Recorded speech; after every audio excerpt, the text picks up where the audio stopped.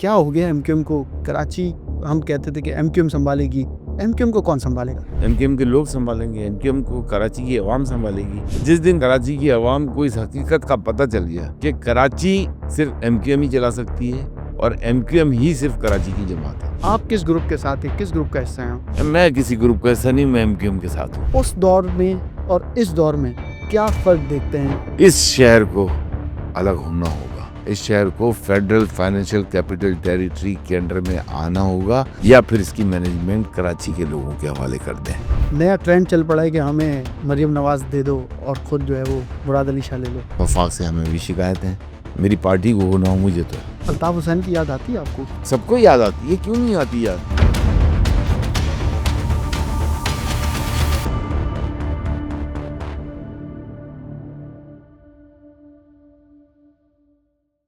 अस्सलाम वालेकुम, मैं हूं जुनैद जावेद आई मीडिया पॉडकास्ट के साथ। आज हम बात करेंगे रुकन कौमी असम्बली डॉक्टर अरशद अब्दुल्ला वोहरा से और कराची की सूरत हाल के हवाले से तफसीली गुफ्तगू भी करेंगे कि आया कराची क्यों इस तरीके से जो है वो बर्बाद होता चला जा रहा है। एमक्यूएम जो कराची को अपनी जो है वो रीढ़ की हड्डी समझती थी और इस पूरे मुल्क को जो है वो चलाने के लिए ये दावा करती थी कि एमक्यूएम ही इस शहर की असल वारिस है, आज वो क्यों तितर बितर हुई है।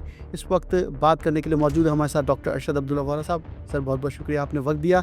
सर क्या हो गया एमक्यूएम को? कराची हम कहते थे कि एमक्यूएम संभालेगी, एमक्यूएम को कौन संभालेगा? एमक्यूएम को एमक्यूएम संभालेगी, एमक्यूएम के लोग संभालेंगे, एमक्यूएम को कराची की आवाम संभालेगी। जिस दिन कराची की आवाम ने ये फैसला कर लिया और कराची की आवाम को इस हकीकत का पता चल गया कि कराची सिर्फ एमक्यूएम ही चला सकती है और एमक्यूएम ही सिर्फ कराची की जमात है। चाहे दुनिया की कोई भी जमातें यहाँ पे आ जाएं, तजर्बे कर लो, जो करना कर लो। हाँ, बात अगर कहीं पे मैनेजमेंट का फेलियर है, वो भी आवाम ने दुरुस्त करना है, अपने में से ही लोग लेकर आने। ये जो इस वक्त आज के भी जो लोग हैं, ये कोई खलाई मखलूक तो नहीं है ना। हो सकता है उसमें एक आध कोई हो, लेकिन ओवरऑल तो खलाई मखलूक नहीं है। ये सारे जो हैं, इन्होंने अपनी अपनी ज़िंदगियाँ लगाई हैं और ये ऊपर आए। अब हो सकता है कि विजन्स चेंज हो गए हों, तो अगर आवाम ये महसूस करेगी कि इनके विजन्स चेंज हो गए हैं या ये आवाम के लिए, मुत्तहदा कौमी मूवमेंट के लिए काम नहीं कर रहे, तो आवाम खुद इनको बदलेगी, लोगों को पता चलेगा। एमक्यूएम में जो धड़ेबंदियाँ हैं उसको आप कैसे देखते हैं? आप किस ग्रुप के साथ हैं? किस ग्रुप का हिस्सा हैं? मैं किसी ग्रुप का हिस्सा नहीं, मैं एमक्यूएम के साथ हूँ।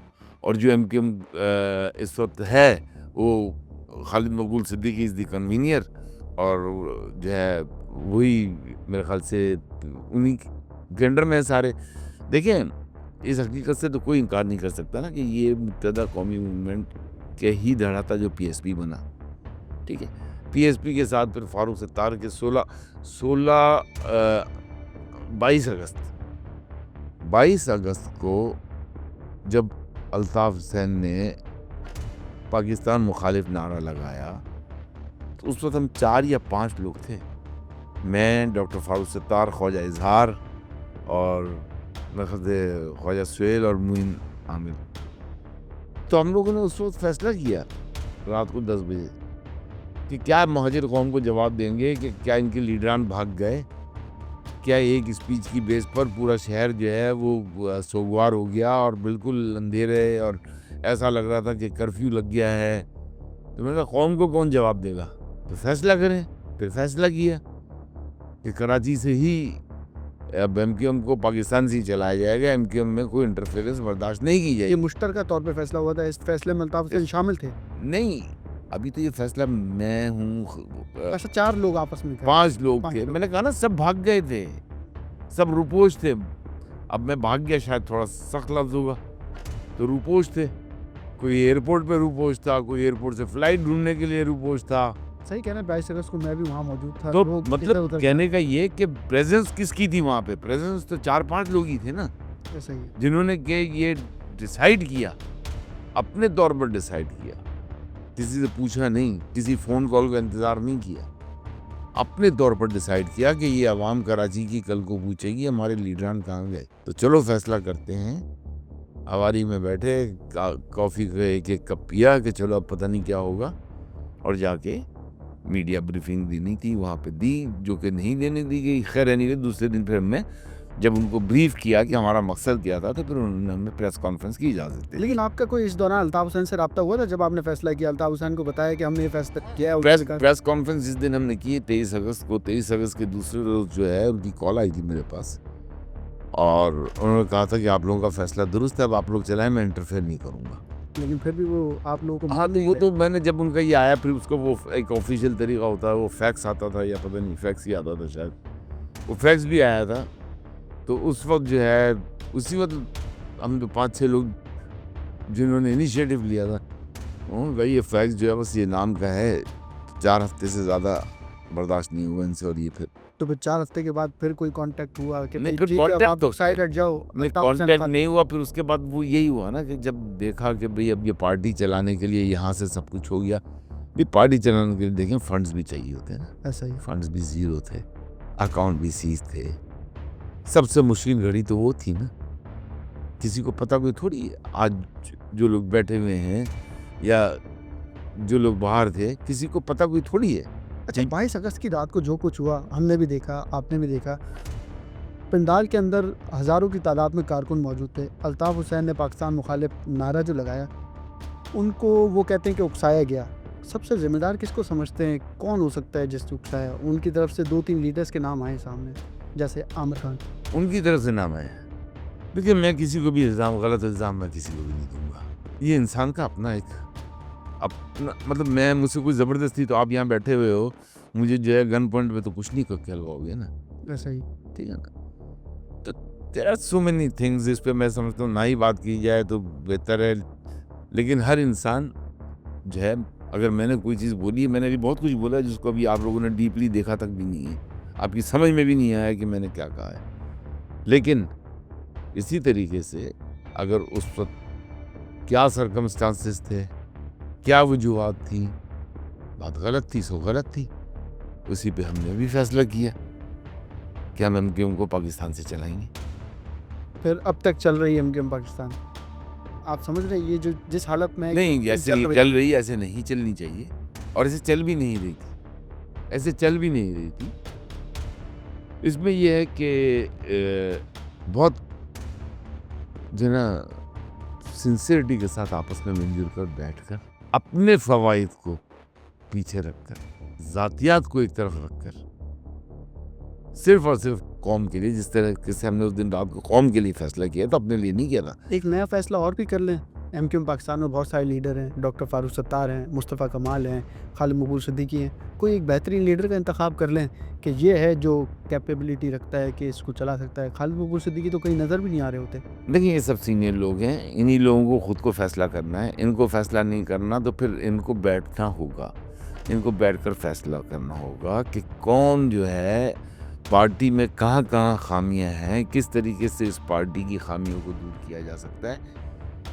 ऑप्शन यही है, कराची की आवाम के पास एमक्यूएम के अलावा और कोई ऑप्शन नहीं है। कोई जमात इस्लामी, कोई पाकिस्तान पीपल्स पार्टी, कोई पीटीआई, कोई पीएमएलएन, कोई कराची को सही नहीं करेगा। ये आपने आजमाया हुआ है, पहले भी आजमाया हुआ है। यही मुस्तफ़ा कमाल था, इनके दौर में कराची दुनिया के 12 तेज़ रफ्तारी से तरक्की करने वाले शहरों में था। आज कराची दुनिया के 3 बदतरीन शहरों में से एक शहर है। ऐसा ही। तो Karachi has a potential. Karachi के इश्यूज़ को सही तरीके से एड्रेस नहीं किया गया है आज तक, कराची के इश्यूज़ को। और जो गाहक सियासतदान भी है ना, शायद पता नहीं उनकी भी अकलों पे पर्दे पड़े हुए हैं, उन्हें भी नहीं पता कि कराची का असल इशू क्या है। अच्छा, जब मुस्तफ़ा कमाल मेयर कराची थे उस वक्त फेडरल की बहुत सपोर्ट थी आप लोगों की और मुशर्रफ साहब की बराह रास्त जो है वो इन्वॉल्वमेंट थी। उस वक्त एमक्यूएम ने सूबे का मुतालबा उनसे क्यों नहीं मनवा लिया, उनसे काम क्यों नहीं करवा लिए? अब एमक्यूएम चीख रही है, चिल्ला रही है, नए सूबे बनने चाहिए, एडमिनिस्ट्रेटिव यूनिट्स बनने चाहिए। बिल्कुल बात देखें आपकी सही है।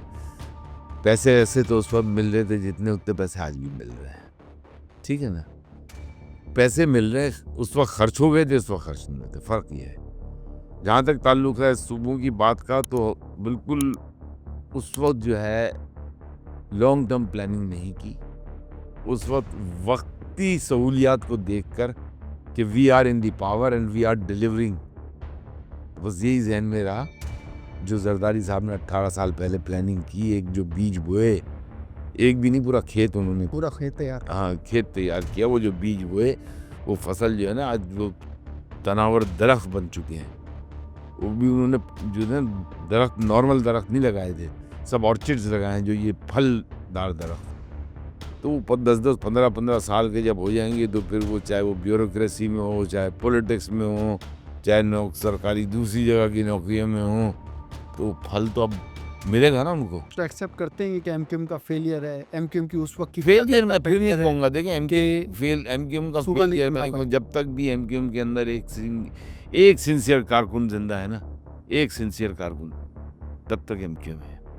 और कारकुनों की कहाँ सुन रहे हैं आप लोग? कारकुनों को तो आप लोगों ने बिल्कुल साइड पे बिठा रखा है। वो बेचारा झंडे लगाने के काम आ रहा है, झाड़ू पोछे करने के काम आ रहा है, अवामी राब्ता वो दौर चला गया, वो दौर चला गया। जी ये आज का कारकुन, क्या नारे आज का कारकुन सवाल करने पे आ चुका है और आएगा भी, आप देखते जाएं। तो आज का कारकुन जो जो आप लोगों का डिसिप्लिन हुआ करता था, आप लोग जो है वो वोटिंग करा दिया करते थे, क्यों नहीं करवा रहे वोटिंग? एक मतलब फिर कारकुनों को मौका दें, चले जाएं इलेक्शंस की तरफ, पार्टी में इलेक्शन करा लें। सब होगा इंशाल्लाह, सब होगा, जल्दी होगा। जो आप चाह रहे हो वो जल्दी होगा।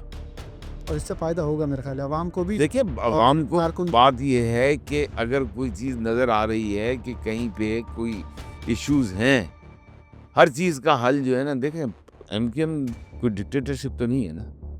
खालिद मकबूल भी अगर कन्वीनर बने हैं तो शायद वोटिंग से ही बने हैं ना। फारूक सत्तार को तो उस वक्त हमारे पास ऑप्शन नहीं था ना। फारूक भाई को उस वक्त सीनियर मोस्ट थे। उस रात को दूसरे दिन जब मीटिंग हुई, हमने फैसला किया, सब लोगों ने वोटिंग करके फारूक भाई को उस वक्त कन्वीनर बनाया। लेकिन अनफॉर्चुनेटली उसके बाद जो है जो हालात होते चले गए, और जिस तरीके से फिर मुझे भी छोड़कर पीएसपी ज्वाइन करनी पड़ी। पीएसपी एमक्यूएम पाकिस्तान से पहले बनी थी। पीएसपी 23 मार्च 2022 को थी और ये अगस्त में बनी, तो पीएसपी पहले बनी हुई थी, एमक्यूएम पाकिस्तान बाद में बनी है। अच्छा, मुझे एक वाक़या याद आ गया। मैंने आपको कॉल की थी जब आप डिप्टी मेयर थे, तो आपने कहा मैं बस यहीं हूँ।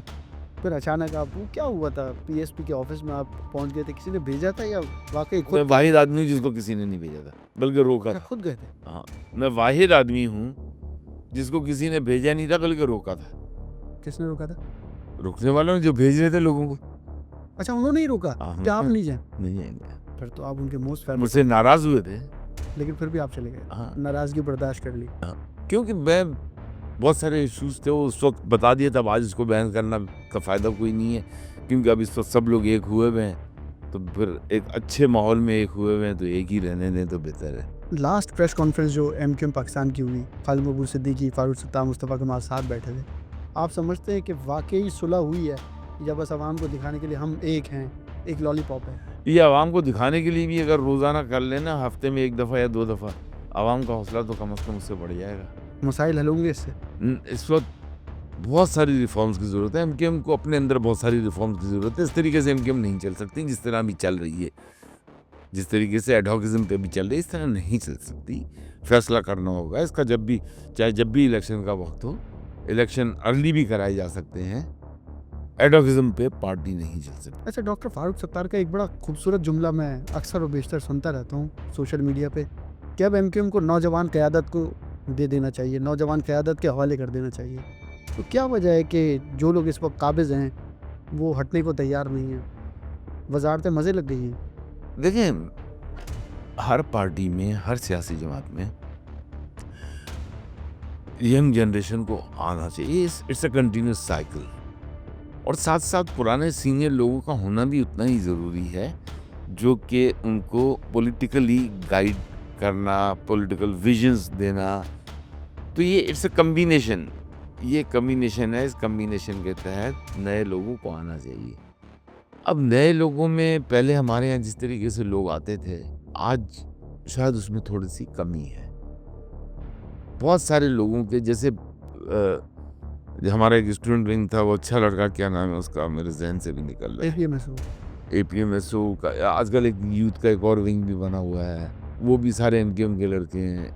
इन सब, अच्छा, मुहाजिर यूथ। हाँ, तो ये सब लोगों को एक प्लेटफॉर्म पे आ जाना चाहिए। ये सब लोगों को जो है ना, मतलब सब लोगों के इश्यूज को एड्रेस करके रिजॉल्व करना चाहिए। मैं अगर यहाँ बैठा हूँ, भाई अगर मेरी किसी चीज़ की कुर्बानी से ये तमाम चीज़ें रिजॉल्व हो सकती हैं तो मैं तो तैयार हूँ। आप तैयार हैं, दूसरे लीडर्स करना पड़ेगा, ये करना पड़ेगा। अगर आप महाजिर कौम के साथ सिंसियर हैं, अगर आप महाजिर कौम के साथ सिंसियर हैं, आपको इश्यूज़ को रिजॉल्व करना होगा, हर धर्मी ख़त्म करनी होगी, आपको एक दूसरे की इज्जत रिस्पेक्ट करनी होगी, आपको बैठना होगा, आपको चाहे कोई भी हो अपने आप को खुदा नहीं समझे। अच्छा, आप असेंबली का भी हिस्सा हैं, कौमी असेंबली का। 18वीं तरमीम वाकई आ रही है? 28वीं 28वीं सॉरी 28 आ रही है और मेरे ख्याल से असेंबली फ्लोर पे सबसे पहले मैं ही था एमक्यूएम की तरफ से जब 27वीं तरमीम में इसको जो है पीपल्स पार्टी ने रद्द किया। पीएमएलएन के प्राइम मिनिस्टर ने कहा कि हमने बहुत कोशिश की लेकिन पीपल्स पार्टी के दोस्तों को मनाना पड़ेगा, तो उस वक्त मैं एमक्यूएम की तरफ से पहला स्पीकर था जिसने वहाँ ये कहा था कि Karachi should be declared federal financial capital territory, क्योंकि दुनिया में इसकी मिसालें मिलती हैं। चाइना में 3 फेडरल कैपिटल्स हैं, मलेशिया में 2 हैं, नीदरलैंड में 2 हैं, दुनिया के 17 मुल्कों में ऐसे ये सूरत हाल है कि जहाँ पे एक से ज़्यादा उनके कैपिटल्स हैं डिफरेंट नामों के तहत। तो Karachi federal financial capital territory, सिर्फ डिक्लेयर ही तो करना है। आज आपको कमा के कौन दे रहा है? कराची दे रहे हैं ना। आज पीपल्स पार्टी जो है, अगर पीपल्स पार्टी से कराची ले लिया जाए, सिंध से कराची ले लिया जाए, तो पीपल्स पार्टी के पास तो बचता ही कुछ नहीं है। 300 अरब रुपए जो ये लोग ले जाते हैं और पता नहीं खर्च तो नहीं करते, यतन जिस जहाँ भी ले जाते हैं ये 300 अरब ये हो गए, 27 साल में 25,000, 18 साल में 25,000 अरब रुपए दूसरे हो गए। आज एक प्रोग्राम में इनके जो पख्तून लीडर हैं कादिर मंदू खेल साहब, वो मुझे कह रहे थे पीपल्स पार्टी। मैंने कहा आप अपने घर की छत पे बैठ जाओ और वहाँ से देख लेना, आपको जो मिनी बसें जाती हैं ना पठानों की, आप क्योंकि पख्तूनों की नुमाइंदगी करते हो, तो पठानों की जो मिनी बसें जाती है ना, मजदूर तबका जो छतों पे बैठ के जा रहा है, मैंने कहा रोज़ वही गिनती कर लो, पीपल्स पार्टी छोड़ दोगे अगर अपनी कौम के सही नुमाइंदे हो। तो कहने का मकसद ये है, पीपल्स पार्टी की नज़र कराची पर नहीं, कराची के पैसों पर है। आपकी नज़र कराची पे है, आप लोग मैंने कराची उनको दिया है, मैंने अल्हम्दुलिल्लाह लिया नहीं है। जाहिर है कर आप अगर मेरी ज़ात की बात नहीं करो, भाग रहे हैं। आप अगर मेरी ज़ात की बात करो, आपसे मुराद एमक्यू हाँ, तो मैं एमक्यूएम की नज़र जो है वो हम कराची पर है, तो कराची को क्यों नहीं संभाल लेती? अफरादी कुव्वत का मुजाहरा करके एक पेज पर क्यों नहीं आ जाती? आ जाएं, बैठ जाएं, इसके लिए होमवर्क जैसे करना होगा, सामने पहले आप घर सही खड़े हो करना जाएं। होगा, पहले घर ठीक करना होगा। घर ठीक होगा तो वो ताकत दोबारा आएगी। अपने दिल साफ होंगे, अपना विजन क्लियर होगा कि किस कॉज के लिए आए हैं, कुर्सी के लिए आए हैं, असेंबली की सीटों के लिए आए हैं या मिनिस्ट्री के लिए आए हैं। जब तक ये विजन क्लियर नहीं होगा ना, तब तक आप दोबारा वो स्ट्रेंथ ले ही नहीं सकते। इस पूरी सूरत हाल में जहाँ आप कराची को लुटता हुआ देख रहे हैं, सिंध हुकूमत की जो नाकामियाँ हैं उसको देख रहे हैं, पार्टी के मामलात देख रहे हैं, अल्ताफ़ हुसैन की याद आती है आपको? सबको याद आती है, क्यों नहीं आती याद? सबको याद आती है। अब किस सेंस में आती है ये अलग ही बात है, सबको याद आती है। आपको किस सेंस में आती है? नहीं, वो बहरहाल एक डिसिप्लिन तो था ना, पार्टी का एक डिसिप्लिन था ना, जो कि आज नहीं नजर आता। ये जो आपने वाकया कल देखा परसों सिंध असेंबली में, उनकी मौजूदगी में हो सकती थी ये चीजें, दोनों फारिग थे ना। फिर अल्ताफ़ हुसैन के ना होने से सिंध हुकूमत का रवैया, उसमें भी बड़ी तब्दीली। डिसिप्लिन यस, देखें डिसिप्लिन की कमी है, भी एक्शंस लेने होंगे। और डिसिप्लिन कोई, देखें बात ये है कि उनके पास भी कहीं से लिखा हुआ तो नहीं आया था ना। ये इंसान का अपना किरदार होता है, इंसान की अपने अंदर जो उसकी कैपेबिलिटीज होती हैं वो दिखती है ना। आप एक्शन लें ना, आप फारिग करें। अरशद वोरा ने गलत काम किया, अरशद वोरा को फारिग करें। क्यों रखा हुआ है? इसलिए आप डरते हैं कि आपसे कोई चीज ना चली जाए। हर एक को जो है ना सीटें प्यारी हो गई हैं। यही वजह है कि एमक्यूएम बर्बाद हो रही है। एमक्यूएम बर्बाद नहीं होगी, मैं फिर अपनी बात रिपीट करूंगा। एमक्यूएम आखिरी कारकुन जब तक जिंदा है ना, एमक्यूएम कराची, हैदराबाद में महाजिर कौम की नुमाइंदगी करती रहेगी और एमक्यूएम ने ही इंशाअल्लाह ताला इस शहर को बनाना है, इस शहर को एमक्यूएम ही बनाएगा। और अवामी गवर्नर के हवाले से बात करते हैं, क्या मसला है अवामी गवर्नर के साथ पीपल्स पार्टी को? कि वो हर 2 दिन बाद खड़ी हो जाती है, हटाओ अवामी गवर्नर को। पीपल्स पार्टी को किसी ने मुंह नहीं दिया ना इतना। पीपल्स पार्टी को किसी ने इतना मुंह दिया नहीं है अभी तक, जितना खुलकर वो पीपल्स पार्टी के खिलाफ बात करते हैं। जितना खिलाफ क्या बात करना, जो हकीकत बताते हैं। मतलब खिलाफ बात करना तो मैं नहीं कहूँगा, पीपल्स पार्टी को हकीकत बताते हैं ना ये, कि आप क्या कर रहे हो, क्या कहाँ कब्जे कर रहे हो, क्या ज़मीनों के इश्यूज़ हों, पैसों के इश्यूज़ हों, आपकी एडमिनिस्ट्रेशन फेल है, पीपल्स पार्टी की मैनेजमेंट फेल है, मतलब तो वो तो एक रियलिटी बता दें। फिर उसके बाद उन्होंने जो काम कर दिए, वो एक मेरे ख्याल से पूरे पाकिस्तान की हिस्ट्री में किसी गवर्नर ने नहीं की। सारे गवर्नर हाउस ही खोल दिए। सारे पूरा गवर्नर हाउस खोल के, फिर देखें, मुंह से बोलना आसान है। 50,000 स्टूडेंट्स को, लाखों लोगों की इफ्तारी, पता नहीं ये भी एक ट्रेडिशन बन गया है, लाखों लोगों के राशंस। अब गज़ ये कि वो बेल ऑफ होप और पता नहीं क्या क्या। और अभी जो पीपल्स पार्टी को ज़्यादा आग लगी है, वो लगी है कि कराची, फ्यूचर ऑफ कराची पे सेमिनार था। तो मुझे ये बताएं, वहाँ पे जो जो बड़े बड़े नाम बैठे हुए थे, हैं, Shabbar Zaidi x chairman CBR, ठीक है, आपके क्या नाम है उनका, फ़हीम साहब, पीपल्स पार्टी के दौर के बेनज़ीर के एडमिनिस्ट्रेटर, और कराची चेंबर की नुमाइंदगी बिजनेस कम्युनिटी की, और सारे जो है इंटेलेक्चुअल्स बैठे हुए थे वहाँ पर। तो क्या वो सब पीपल्स पार्टी के खिलाफ थे क्या? हमने ढूंढ के बिठाए थे कि ये पीपल्स पार्टी के खिलाफ वाले लोग बुलाओ? ऐसा तो नहीं था। It is a reality. Peoples Party failure है। पीपल्स पार्टी कराची पर कब्जा करना चाहती है। कराची जो है वो सिंध से अलग होगा। कराची सिंध का हिस्सा कभी भी नहीं था। कराची सिंध का हिस्सा 72 में बना है। हम लोगों को ये अब जो है ना, ये क्या कहते लिख के पेनफ्लेक्स लगा के नहीं, ये अब यहाँ दिल पे नक्श हो गया है कि कराची सिंध का हिस्सा कभी भी नहीं था। कराची जो है वो बॉम्बे की जो क्या थी, टेरिटरी थी, क्या था, जो भी था, इट वॉज अंडर बॉम्बे। और 200, 250, 300 साल से सिर्फ एक छोटा पैच था। जब बलोच थे, तालपूस, उनके दौर में कुछ 26 साल के लिए कराची को फतह किया था, फिर अंग्रेज़ों ने आके दोबारा वापस ले लिया था। तो कराची ना सिंध का कभी था ना कभी होगा। सिंध को अगर अलग करते हैं कराची से, तो आपको लगता है कि हालात मज़ीद बिगड़ेंगे, खून रेजी हो सकती है, लोग आमने सामने हो सकते हैं, एक लसानी फसाद पैदा हो सकता क्यों लसानी फसाद पैदा होगा? मतलब क्या पाकिस्तान से खुदा न खास्ता अलग हो रहा है सिंध? कराची अलग हो रहा है। अगर सदर्न पंजाब बनेगा तो क्या सदर्न पंजाब अलग होगा पाकिस्तान से? पाकिस्तान की एक एक इंच ज़मीन जो है वो पाकिस्तान की है। उसके लिए हम सब की, अगर हम सच्चे पाकिस्तानी हैं तो हमारी जानें कुर्बान है। लेकिन जिसको प्यार ज़मीन के उस टुकड़े से, पैसे की वजह से, कि मैं 300 अरब रुपए मेरा बंद हो जाएगा आना, 25,000 अरब में से 60% तो इनका था, तो तकरीबन 12-15 अरब रुपए वो, 12-15 हज़ार अरब रुपए वो मेरे मारे जाएंगे अगले सालों में। जिस दिन ये चीज़ हो गई ना, उस दिन आप यकीन करें कश्मीर तक का सिंधी है ना, गरीब सिंधी, वो खुश हो जाएगा, क्योंकि उसकी डेवलपमेंट भी मुत्तहिदा कौमी मूवमेंट ही करेगी जब अपना घर ठीक हो चुका होगा। क्योंकि ये तो सिंसियर है ही नहीं। ये तो बेनज़ीर इनकम सपोर्ट प्रोग्राम से 750 अरब रुपए जो मिलता है, 711 अरब रुपए, उसका 70% जो है वो सिंध में खर्च होता है। इनको घर में बैठे पैसे मिल जाते हैं, बेचारों को चुप किया हुआ।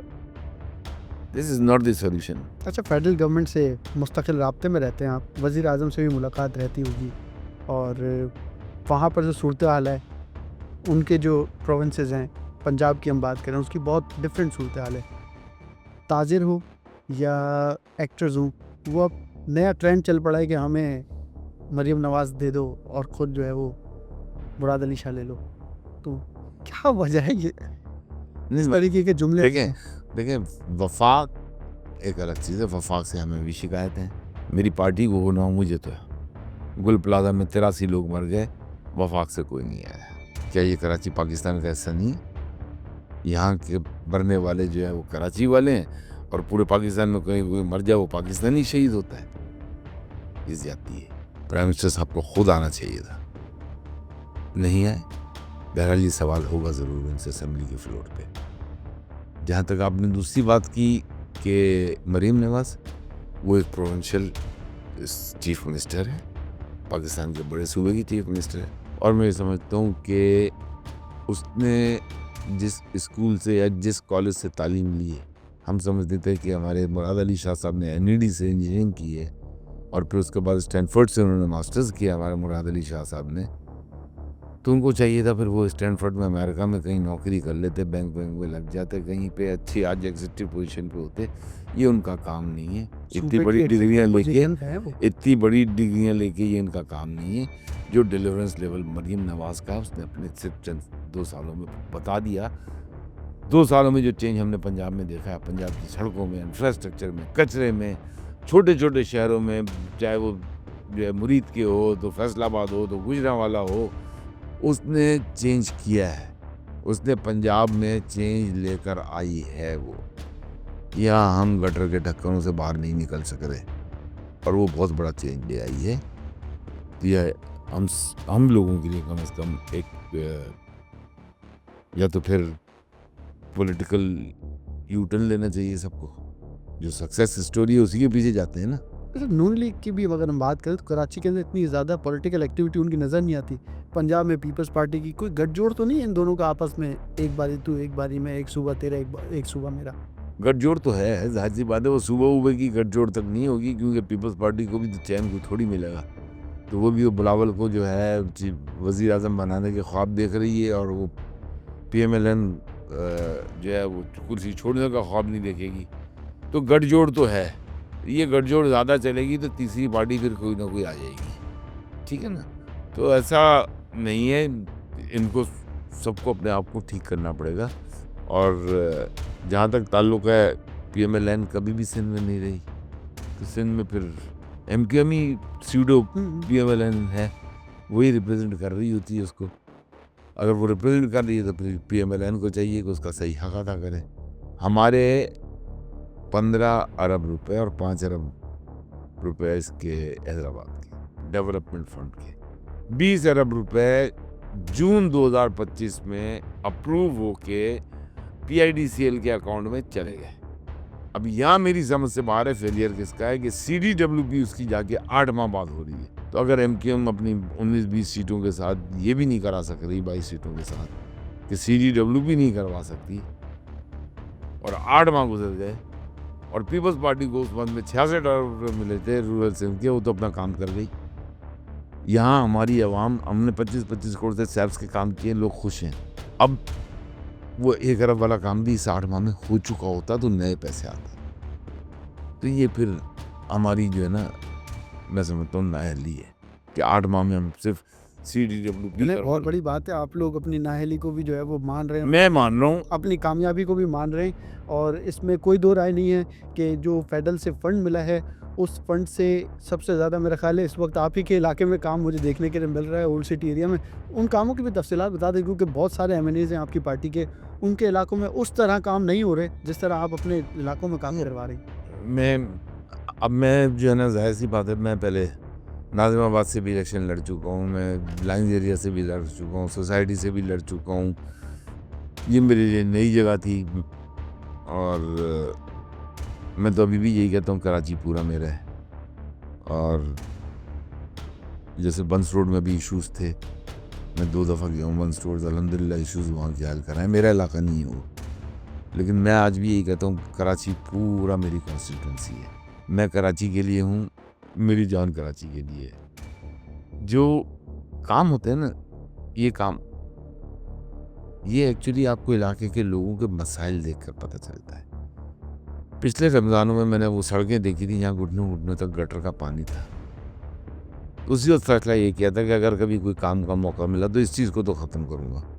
अल्हम्दुलिल्लाह इस रमज़ान में वो चीज़ ख़त्म हो चुकी है और तकरीबन ये समझ लें कि सीवेज के मेरे 28 प्रोजेक्ट हुए हैं और फिर उसके बाद सीवेज भी है, उसके ऊपर फिर पेवर है। अब अगले काम इंशाअल्लाह ताला रमज़ान के फौरी बाद फिर शुरू हो जाएंगे। मेरे इस वक्त 90% काम ख़त्म हो चुके हैं। उस दिन हमारे मोहतरम जनाब मुर्तज़ा वहाब साहब जो मेयर कराची हैं, उन्होंने अपनी प्रेस कॉन्फ्रेंस में कहा कि मैं 8 लाख स्क्वायर फीट जो है वो पेवर कर रहा हूँ। तो मैं उनको कहता हूँ कि यार अपनी टीम भेज दें और नाप लें, मेजरमेंट कर लें। 8 लाख मैं कर चुका हूँ। जो 8 लाख की आपने बात की थी पेवर की, मैं तो 8 लाख स्क्वायर फीट कर चुका हूँ। वो वाले 8 लाख कहीं और एडजस्ट करवा लें, आपके अपने इलाके में कहीं और के। नहीं, वो कहीं वो कर रहे हैं, किसी और जगह कर रहे होंगे, तो उसके लिए उन्होंने इतनी बड़ी प्रेस कॉन्फ्रेंस की थी, तो मैंने कहा मैं तो ये काम करवा चुका हूँ। और अच्छा, मैं खुद भी जो है वो अरशद वोहरा साहब के मुख्तलिफ इलाकों में विज़िट कर चुका हूँ। ओल्ड सिटी एरिया के जिन इलाकों में घुटनों-घुटनों पानी होता था, अब वहाँ से पानी ख़त्म हो चुका है और ये ज़िम्मेदारी मेयर कराची की थी कि वो वहाँ पर काम कराते, काम नहीं हुआ। बहरहाल आपने काम कराया, वहाँ की आवाम बहुत ज़्यादा आपसे खुश दिखाई दे रही है। आप डिप्टी मेयर कराची भी रहे। उस दौर में और इस दौर में क्या फ़र्क देखते हैं? आप लोगों के पास वसाइल कम थे या इन लोगों के पास जो है वो वसाइल कम है? पहले तो मैं आपको बता दूं, देखिए ये जो अभी हम बात कर रहे थे कि जो काम डेवलपमेंट के हुए हैं, ये भी पूरे नहीं हैं, ठीक है ना। ये एक फेज़ हुआ है और जाहिर सी बात है बहुत सारे, अभी अगर मैंने एक यूसी में काम किया है तो मेरे नीचे 8 यूनियन काउंसिल्स हैं, तो मुझे भी साथ में और करना है, तो ये तो नाकाफ़ी है। जब आप डिप्टी मेयर के वक्त से कंपैरिजन करते हैं आज के वक्त का, तो चीज़ें वर्स्ट से वर्स्ट होती चली जा रही हैं। चीज़ें वर्स्ट इसलिए होती चली जा रही हैं कि अब आप एक चीज़ को सही नहीं करोगे और आगे बढ़ते चले जाओगे, तो ये पीछे सब ख़राब होता चला जाएगा। तो यही पोजीशन है इस वक्त कि चीज़ें ख़राब हो रही हैं, चीज़ें मज़ीद ख़राब होती चली जाएंगी। इस शहर को अलग होना होगा, इस शहर को फेडरल फाइनेंशियल कैपिटल टेरिटरी के अंडर में आना होगा, या फिर इसकी मैनेजमेंट कराची के लोगों के हवाले कर दें। पीपल्स पार्टी साइड में बैठ जाए थोड़े दिन के लिए, 5-7 साल के लिए, इसकी मैनेजमेंट दे। हमें पता है गलियां हमारी हैं, हमें पता है सड़कें हमारी हैं, हमें पता है लोग हमारे हैं। सबसे पहले तो आप गिनती सही नहीं करते ना। देखिए, मुराद अली शाह का भी मैंने बताया कि यहीं से पढ़े, यहीं रहते हैं, यहीं खाते हैं, यहीं पीते हैं, ये अपनी गिनती नहीं करवाते कराची में। इनके जितने पॉलिटिशियन हैं सब कराची में रहते हैं और majority of time they spend इन कराची। अच्छी बातें रहें, किसी को मना तो नहीं है। वो भाई जब आप यहाँ रहते हो तो यहाँ के पानी के लिए गिनती होती है कि यहाँ का पानी कितना चाहिए, बिजली कितनी चाहिए, सड़क कितने लोगों के लिए बननी चाहिए, इसलिए होती है ना। तो जब वो वक्त आता है आप कहते हो मैं तो हैदराबाद से हूँ, मैं तो XYZ सांगड़ से हूँ। तो भाई जब खाना यहाँ है, रहना यहाँ है, पीना यहाँ है, तो गिनती में तो करवाओ। 15 साल पहले मेरे ख्याल से जरदारी साहब ने कहा था कराची की आबादी 3 करोड़ है। आज 15 साल बाद 4 करोड़ तो होगी। 1 करोड़ का इजाफा तो होगा। 15 साल इस बात को हो गए, आप आज तक 2 करोड़ पर अटके हो। अब 2 करोड़ पे एक शहर को प्लान करोगे जिसकी आबादी 4 करोड़ है। ये जो आप आज देखते हो ना, ट्रैफिक जैम, आपके रिक्शा, आपकी कितनी मोटरसाइकिलें हैं अभी इस वक्त यहाँ पे, आपको पता है? 1 लाख से ऊपर मोटरसाइकिलें। उन्होंने इसी सड़कों पे चलना है, एक गाड़ियां हैं, एक फिर मिनट, बस है। एक मिनट। मोटरसाइकिलें इस शहर में 1 करोड़ के करीब है। 1 करोड़ की। हाँ, 65 लाख मोटरसाइकिलें रजिस्टर्ड हैं, 35 लाख अनरजिस्टर्ड। आपके रिक्शा तकरीबन, मैं अभी इस वक्त नंबर मेरे जहन से निकलेगा, बट इट्स टू हाई। मतलब 2 करोड़ की पॉपुलेशन के लिए ये चीज़ें, रिक्शा, ये मोटरसाइकिलें नहीं होती। लेकिन ये इसलिए है कि यहाँ आबादी 2 करोड़ नहीं है, तो यहाँ ट्रैफिक भी जैम होगा, यहाँ गटर का पानी भी उबलेगा, क्योंकि आपकी लाइन जो है वो आपने डाली हुई है 2 करोड़ की आबादी के हिसाब से, सीवेज वहाँ आ रहा है 4 करोड़ का सीवेज। तो इश्यूज तो हैं। जब तक आप गिनती सही नहीं करोगे ना, तब तक कुछ ठीक नहीं होगा। बहुत मुश्किल में है कराची, बहुत मुश्किल में है। हम दुआ ही कर सकते हैं। जिस तरह अरशद वोहरा साहब से गुफ्तगू हुई, उम्मीद है कि आइंदा आने वाले वक्त जो है वो हमारे लिए और हमारे बच्चों के लिए जो है वो बेहतरीन साबित होंगे। MQM ये समझती है कि कराची को इस सिंध से, सूबा सिंध से अलग कर कर ही जो है वो कराची को बेहतर किया जा सकता है। आप लोग क्या समझते हैं? नीचे कमेंट के सेक्शन में अपनी राय दे सकते हैं। अपने भाई जुनैद जावेद को इजाज़त दीजिए। अल्लाह की